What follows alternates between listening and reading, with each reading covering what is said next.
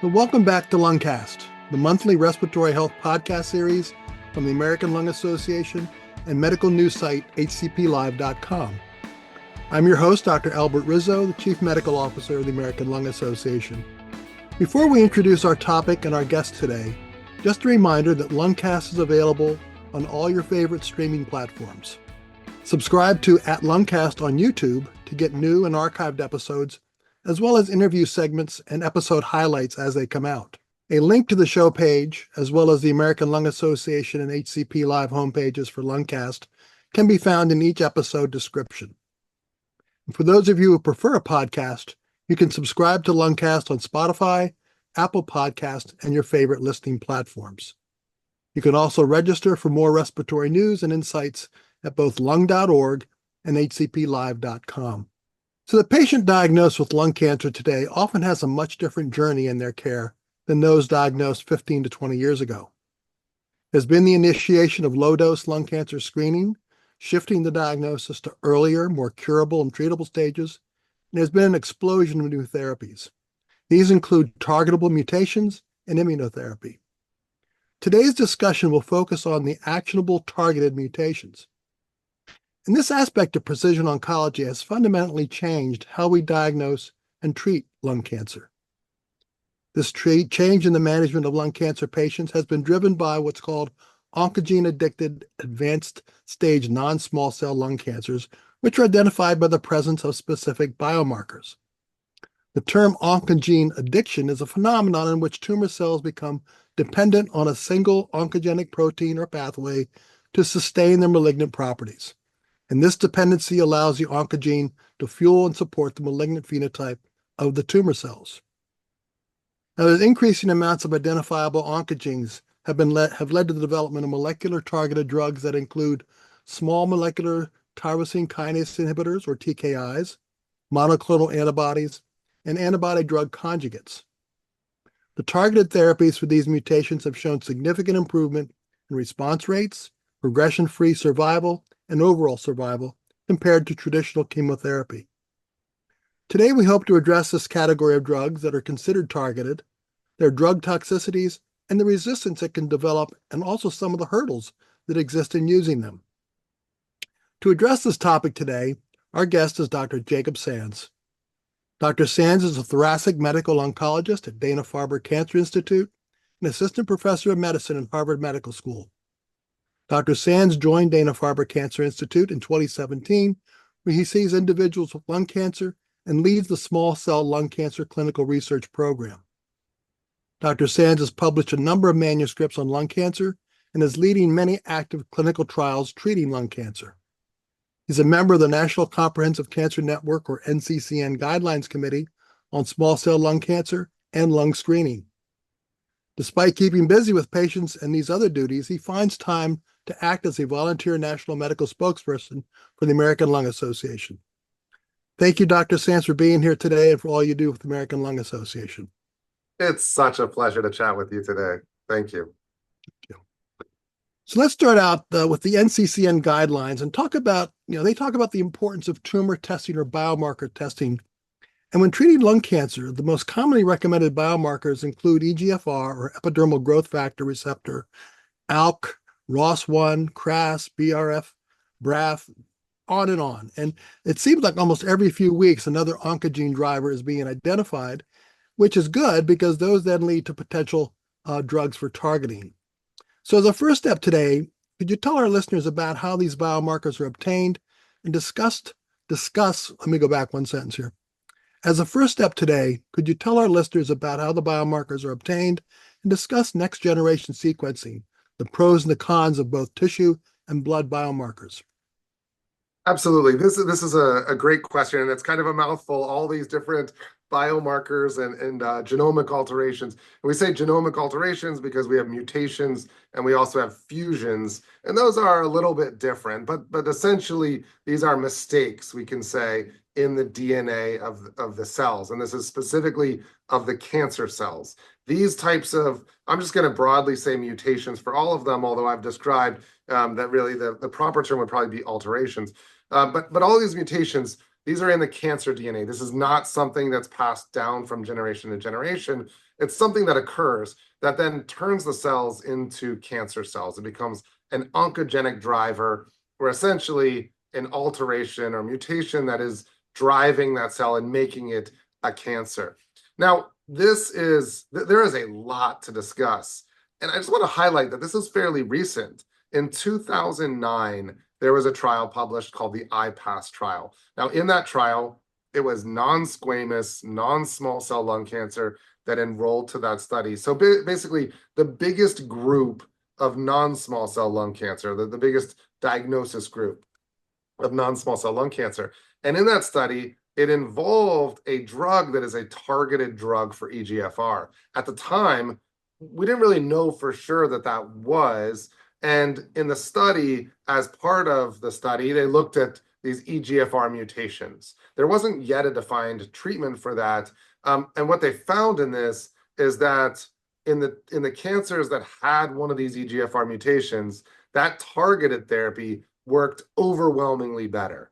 In the tumors that did not have that EGFR mutation, the chemotherapy worked overwhelmingly better. Now, up until that point, that targeted therapy was an approved drug as a second line for everybody because it wasn't yet established that there is a biomarker, let alone the fact that that biomarker is in fact a driver of that cell actually being a tumor. So this is in 2009 where that kind of shift happened. And although the story always starts earlier, you could call that certainly as a starting point in the targeted therapies for lung cancer. So that was 2009.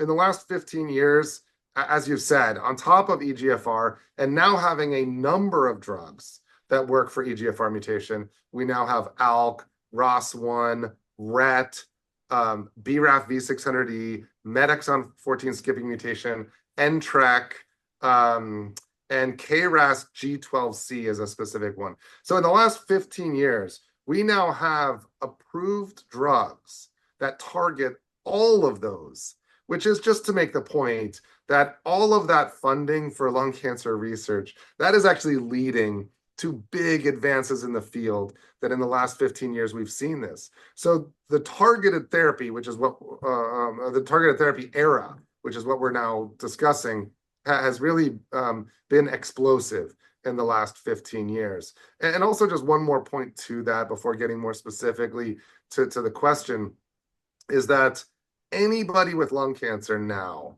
with some rare exceptions, anyone getting lung cancer will be treated with a drug that is newly developed within the last 5 to 10 years. So the science is moving very rapidly, and thankfully the pace is increasing. So it's getting academically exciting. It is tragic that anyone needs this science, that we need to develop these things.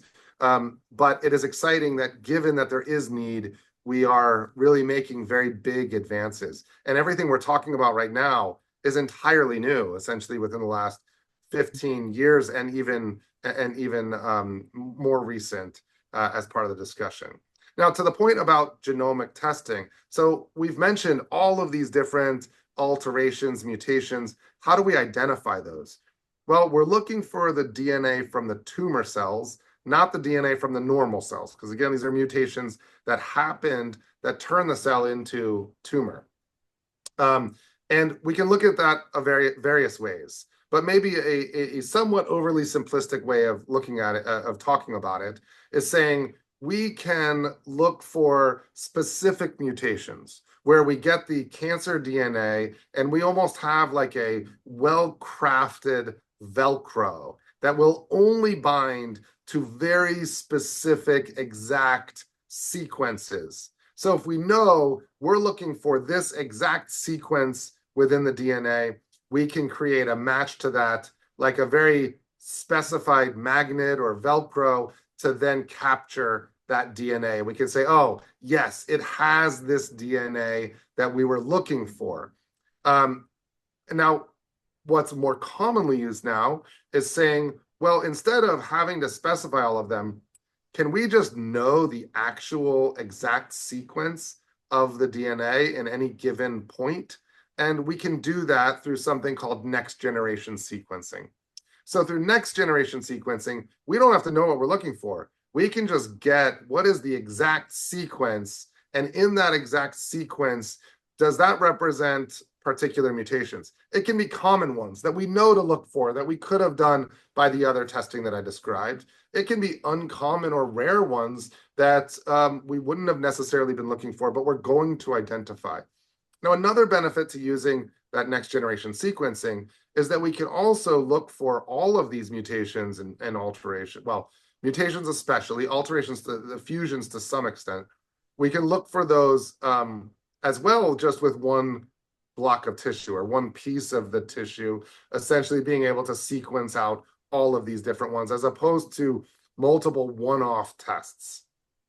And given the number that we're now testing that are required as part of standard of care testing, because we have FDA-approved targeted therapies that can then treat those tumors, with the number that we're doing, the cost essentially starts really becoming in favor of doing next generation sequencing, where we can test for all of them with less tissue than just doing all these other one-off tests. Now, we can test for that in tissue by capturing the tumor DNA from the actual tumor cells in the tissue. We also can look for that in the bloodstream. So we can do a blood draw, and then in the blood can identify what is tumor DNA as compared to what is normal DNA floating through the bloodstream. And so this is one of the big advances in the last 10 years now, is to be able to test for that in the blood. Now, there are benefits and challenges to both tissue testing as well as testing from a blood draw. From a blood draw is obviously much more accessible than having to do a biopsy, although we're doing a biopsy to get the initial diagnosis, so we often have the tissue in that setting. There are scenarios where we have captured that DNA that we're looking for, the tumor DNA, in a blood draw that didn't show up in the tissue biopsy. And that can be because of variation in that tumor across the body, that different sites can have some variations in those mutations. And by doing a blood draw, we're actually going to capture all of that tumor DNA that sheds into the bloodstream to get a more broad look. At the same time, we could also have tumor sites that aren't shedding so much, where the biopsy, we're going to see that mutation in the tumor tissue DNA, but it's not really shedding into the bloodstream, and so we're not going to see it there. And you know, we could have a whole hour discussion just on that topic. Just so maybe rather than dive further into that, I'll just broadly say that there are real benefits from doing the tissue biopsy and the tissue testing for the DNA, as well as real benefits to being able to do the blood-based testing. And I think in the future, that blood-based testing, we can even then utilize for other avenues of decision-making, and seeing how much shed is there really that can have an impact on what our expectations are as to the likelihood of spread, or even in really totally different ways, looking at very, very subtle as a way of potentially screening or part of stratifying how we're going to treat in a more early stage setting. That's more of a research arena, but this is accessible in both avenues. Great, great.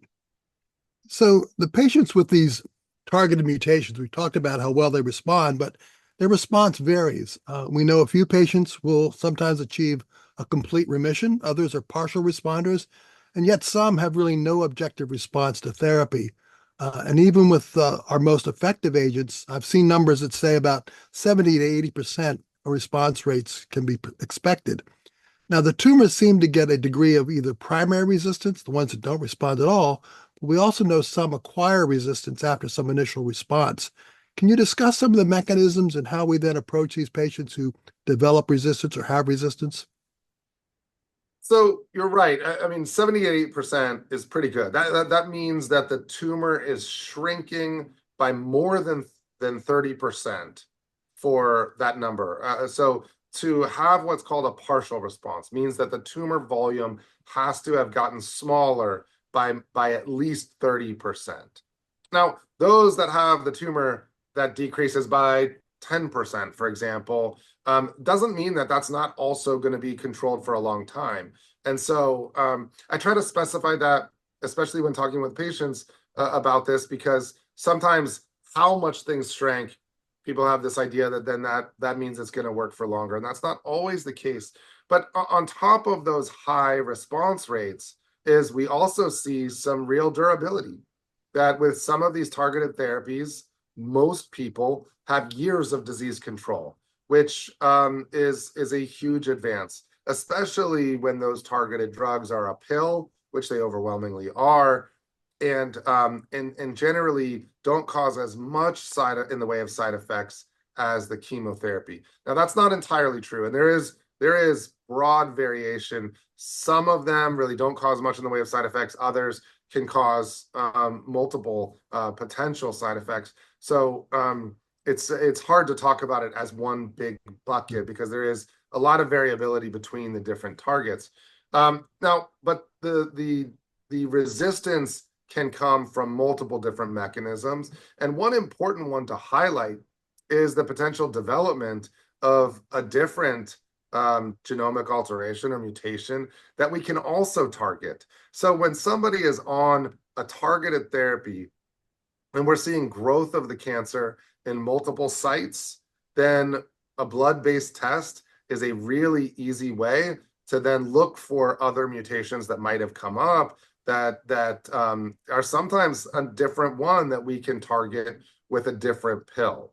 And so that genomic testing is extremely important at the time of progression. But also to highlight, I've mentioned that the mutations can be different at different sites. And so if I have somebody that's on a targeted therapy and it's working really well everywhere, and now I see one nodule that is growing when everything else is controlled, well, that would be something we'd consider radiating or cutting out as one site where maybe there were some mutations that occurred in that tumor that now is making it resistant to the treatment, whereas all the other tumors are still responding. Now, if we see that happen at a lot of different sites, then that is a more widespread resistance mechanism that has occurred, and therefore people need to go on the next treatment line. And that's where that blood-based test becomes really important. Now, if the blood-based test does not show anything particularly convincing, then one has to consider, okay, do we do a biopsy now to look at the tissue, and maybe this alteration that has occurred, this mutation that's occurred, is not something that's shedding into the bloodstream, and so we're not detecting it on a blood-based test, but we might then be able to detect it from a biopsy. Got it. So you kind of mentioned that targeted agents were initially presumed to be relatively non-toxic since they are disrupting the cancer-specific target. But we know that these drugs tend to be used chronically, as you mentioned, sometimes years, and we know now that some toxicities do occur. Can you talk a little bit about what's sometimes called on-target or off-target side effects with these drugs and how they can sometimes impact the patient journey? So essentially, when there's a mutation, and let me use EGFR, for example, a mutation in the code for the EGFR receptor. When there's a mutation in that, it can change the shape of that receptor on the cell surface. So if you have a drug that can lock into that specific receptor, but doesn't fit into the normal receptor. So an EGFR that does not have the mutation has a receptor that's a different shape. And if the drug ends up not really locking with that, then you don't get the effect of the drug on those normal cells. You only get it on the cells with the mutation with the altered receptor. You can kind of think of it like a key and lock, because I've been saying lock, but a key and lock. And so if you have a key that will only fit into a lock that has the mutations that the cancer cells have, then it's going to be very specific. If that lock can sometimes still, or if that key can sometimes still fit into the lock of the normal EGFR not having the mutation, well, then that's going to affect the normal cells also. So you want it to be very specific. So on target is where you're hitting a target and then having some of the toxicities. Off target can be where you have other toxicities that aren't related to the receptor itself. So, for example, with EGFR, the prior treatments that we utilized was either erlotinib or gefitinib.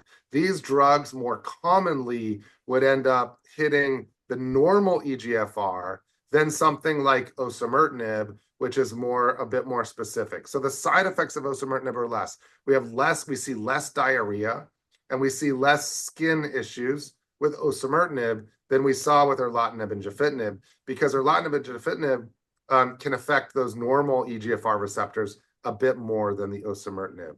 Now, if we talk about things like antibody drug conjugates, antibody drug conjugate is also, it can be like a targeted chemotherapy where the chemotherapy is bound to an antibody. That antibody is something that essentially seeks out that lock. So it's like a different key to lock, where it binds or grabs that receptor on the surface of the cancer cells that then pulls it inside the cell, where it then releases the chemotherapy into the cell.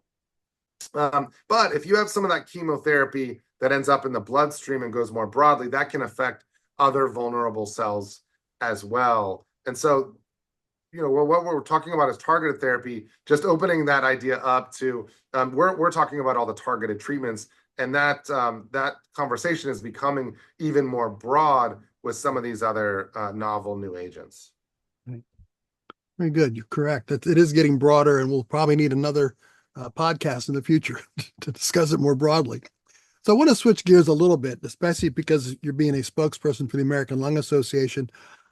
During November, Lung Cancer Awareness Month, the American Lung Association releases its annual signature report, State of Lung Cancer. So it was just released this November. And this provides a state-specific understanding of the burden of lung cancer and opportunities to address this deadly disease in each of the states. The report also serves as both a guidepost and a rallying call, providing policymakers, researchers, healthcare practitioners, as well as people diagnosed with lung cancer, their caregivers, and others committed to ending lung cancer by identifying where states can best focus resources in order to decrease this toll of lung cancer. Categories that are looked at in this signature report include the number of new cases, survival rate, early diagnosis, surgical treatment, lack of treatment, as well as screening rates. And it also talks about the racial disparities that exist. Now, this year, the report introduced a new feature, looking at insurance coverage of comprehensive biomarker testing, which we're talking about. The report found that only 15 states require insurance coverage of comprehensive biomarker testing. 5 states require some plans to cover testing, and 30 states and Washington, D.C. have yet to require any coverage of biomarker testing. And we know that, as we discussed earlier, the National Comprehensive Cancer Network guidelines talk about how important it is to get tumor testing or biomarker testing done. Some numbers I saw were that an estimated 40 to 50% of patients with non-small cell lung cancer have a biomarker that may indicate that they're candidates for these targeted therapies we're talking about. Based on some available research, approximately 70% of these patients are tested for their biomarker. So there are some gaps. Dr. Sands, based on your familiarity with the literature, as well as your work with professional societies, do you see these estimates as being fairly accurate? And aside from the issue of insurance coverage and costs, what are some of the other hurdles for patients to get biomarker testing that may represent those 30% that are not being treated?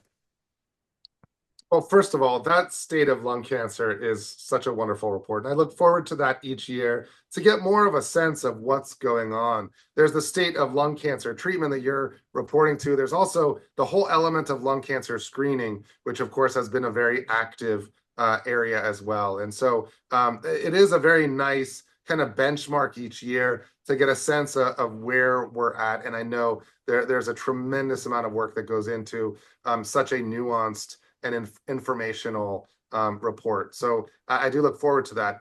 And this is true. I mean, we know that genomic testing should happen for everybody with a non-squamous, non-small cell lung cancer. Certainly everybody with metastatic or stage 4 disease.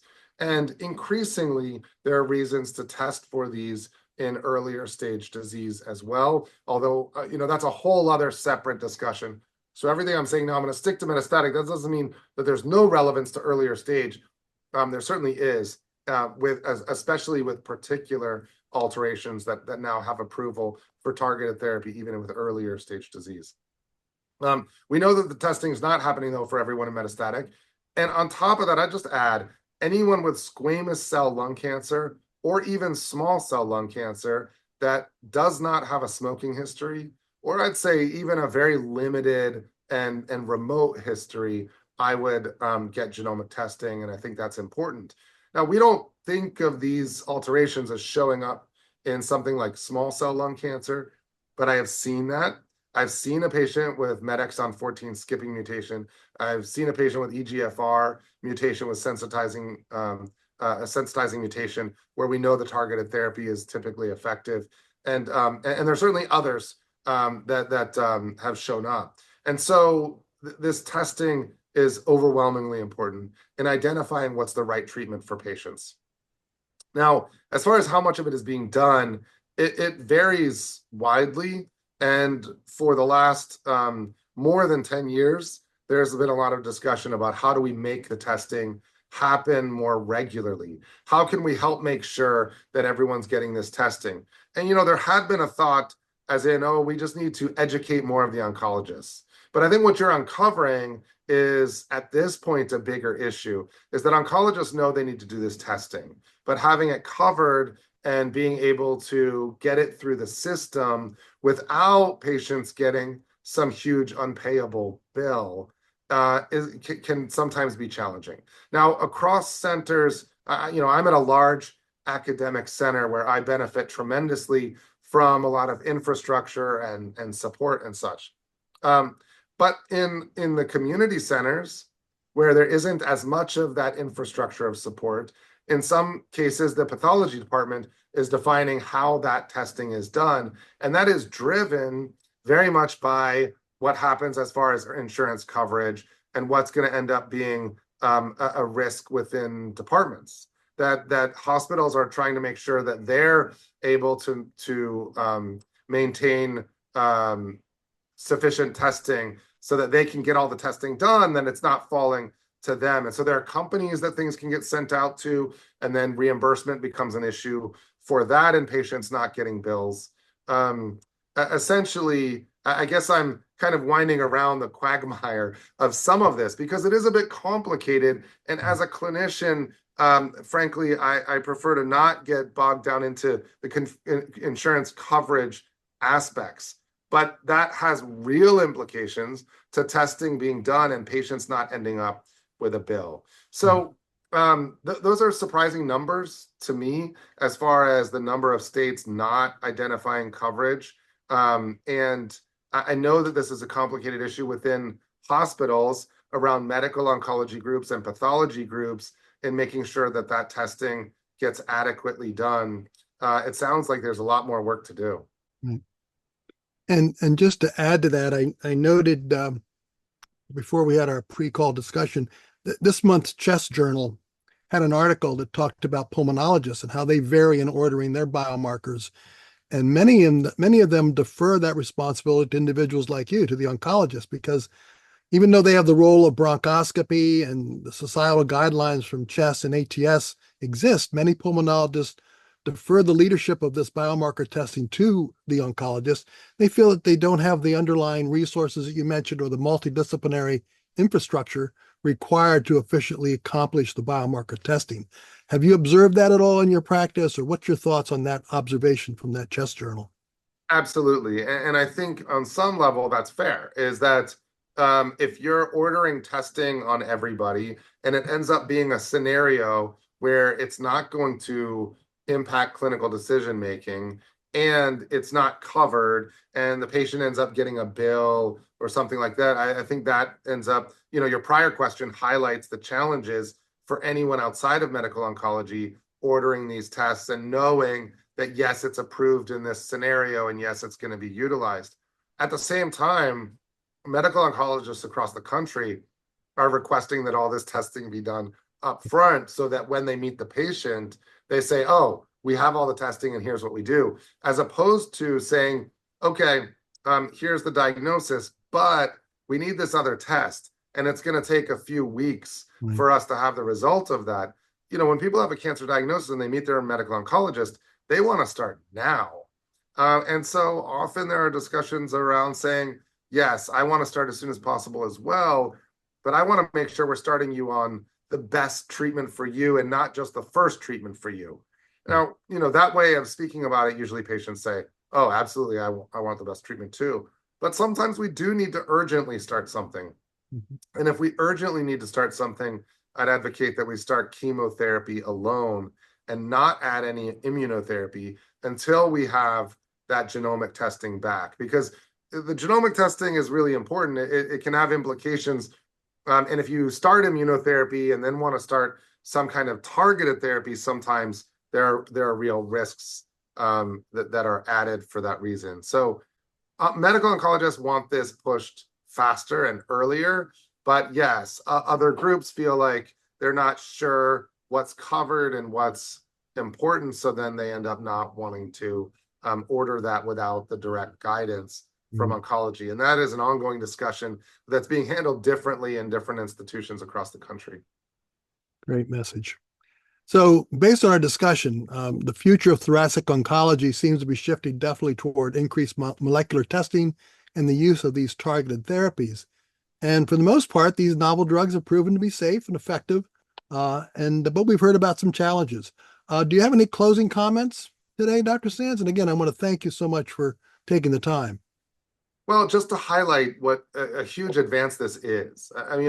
15 years ago, if you had said that we're going to be sitting here talking about a number of different genomic alterations, and for many of those alterations, there are now multiple drugs that are FDA approved as targeted therapies and pills. This is a huge advance.